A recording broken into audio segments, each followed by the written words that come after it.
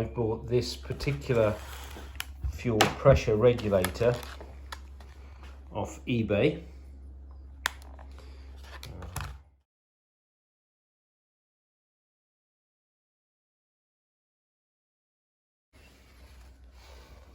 There are instructions, but I can't find what I've done with them. Comes with a variety of fittings. These are 10mm, 8mm. I think these must be 6, but there's no tubes to go with those.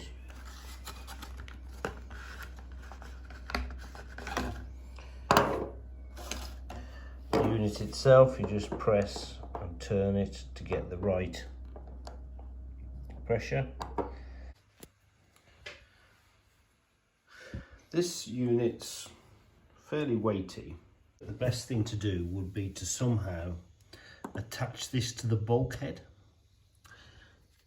so that it can't move about, or put it alternatively in the boot connected to the supply from the electric fuel pump. I prefer it in here.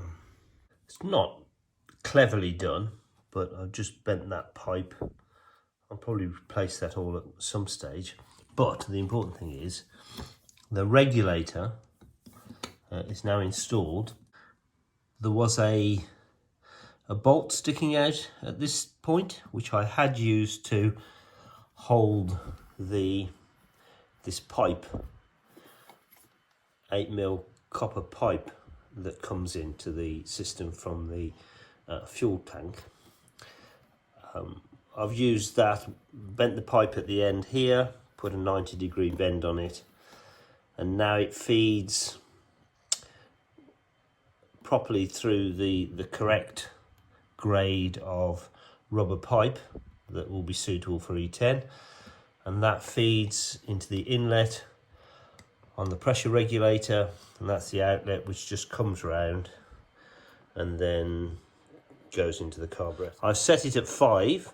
I've put a cable tie on there, and that cable tie actually, I've just put a slot in the top and bottom of that insulation that's on the bulkhead, and then I've fed a cable tie through and cable tied it at that point there. So that's held in place.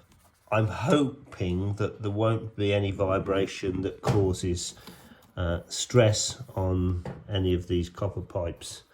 And then we've just got a straightforward rubber pipe coming in. And this here is just a cover on the electrical feed that goes through to the electric pump and comes back here to the rest of the wiring harness, and eventually feeds back into the fuse box via I think it's a 3-amp fuse. I'll test it. Hopefully I won't get the dripping when I stop the car and it's hot. I could have perhaps attached that regulator in the boot area. It's just more accessible in the engine bay, I think. Just been for a 18-mile run. Stop the car. There's nothing dripping on this occasion. Maybe it's not hot enough, I don't know. But it seems that pressure regulator has been successful. It's set at 5 psi. Hopefully that'll be enough for the carburettor. At this stage I consider that a reasonable success. One of the things I was considering to resolve the dripping petrol in the carburettor was to put back the spacer that was originally underneath the carburettor. I removed that spacer when I put on a new Edelbrock inlet manifold, which I believe is higher than the original manifold that comes with the car. And so I removed the spacer so that I didn't have an issue with the bonnet closing. Before I did all of this anyway, you can just see there's a mark on top of that small vacuum unit. Those aren't functioning. I've disconnected those entirely. They're just there for show. But you can see a corresponding mark on the underside of the bonnet. So I think the high points, because of the way it lies, the high points are in actual fact here and there.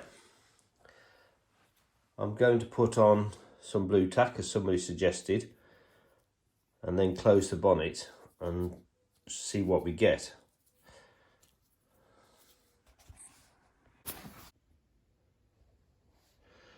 I've put some small cones of blue tack in place,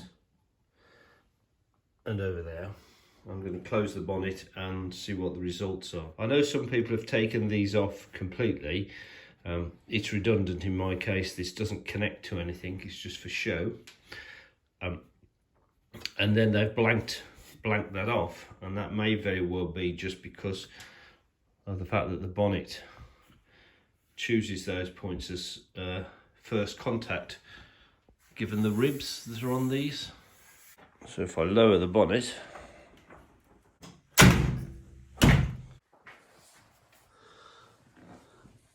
and okay, it's only just flattened it off there. If I took off these two vacuum units. This was the spacer that was originally on the car. Actually, I'm not sure which way they go up. Presumably that way. It's actually a 3/4 of an inch spacer. Putting it against there, even if I removed these two vacuum units, that 3/4 of an inch spacer would be too high. I guess it's the correct style, although I've seen different styles. I might get away with a 1/2 inch spacer.